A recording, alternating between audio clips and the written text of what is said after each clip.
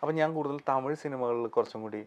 അപ്പം തമിഴ് സിനിമകളിൽ എന്ന് വെച്ച് കഴിഞ്ഞാൽ അവിടെ ഒരു ഒരു ഒരു ഒരു വേറൊരു ലെവൽ വിപ്ലവം നടക്കുന്നതെന്ന് വെച്ച് കഴിഞ്ഞാൽ തമിഴ് സിനിമയിൽ ധനുഷിന്റെ എൻട്രിയോട് കൂടിയാണ്. ധനുഷിന്റെ എൻട്രി എന്ന് വെച്ചാൽ ധനുഷിന്റെ കാതൽ കൊണ്ടേൻ, തുള്ളുവത ഇളമൈ എന്നൊക്കെ പറയുന്ന സിനിമകൾക്കൊക്കെ അന്നത്തെ അവിടുത്തെ ഒരു ശരിക്കും അവിടെ അവരവർ ബി ഗ്രേഡ് സിനിമയായിട്ട് കാണുന്ന ഒരു സിനിമയാണ്. ഇപ്പൊ നമ്മുടെ ഇവിടെ ആണെങ്കിലും തുള്ളുവത ഇളമൈ വരുമ്പോൾ അത് വേറൊരു രീതിയിലാണ് അതിനെ കണ്ടത്. പക്ഷെ കാതൽ കൊണ്ടേന് വന്നു. കാതൽ കൊണ്ടേനിലെ പാട്ടുകള് ദേവതയെ കൊണ്ട് അതൊക്കെ വരുമ്പോഴാണ് സിനിമയില് തമിഴ് സിനിമ ഒന്ന് പാരലലി വേറെ റൂട്ടിലേക്ക് ഒന്ന് മാറുന്നത്. അവിടുത്തെ ഒരു next level film makers on ആവുന്നത്. ഫോർ എക്സാമ്പിൾ നന്ദ, ഇപ്പൊ ബാലസാറിന്റെ പടങ്ങള് നന്ദ, പിതാമഹൻ ഉൾപ്പെടെ വേറൊരു ട്രാക്കിലൂടെ പോയ ഒരു സീരിയസ് മൂവിയായിരുന്നു അത്. മുമ്പ് ഒരു സിനിമ ചെയ്തിട്ടുണ്ട്, സേതു.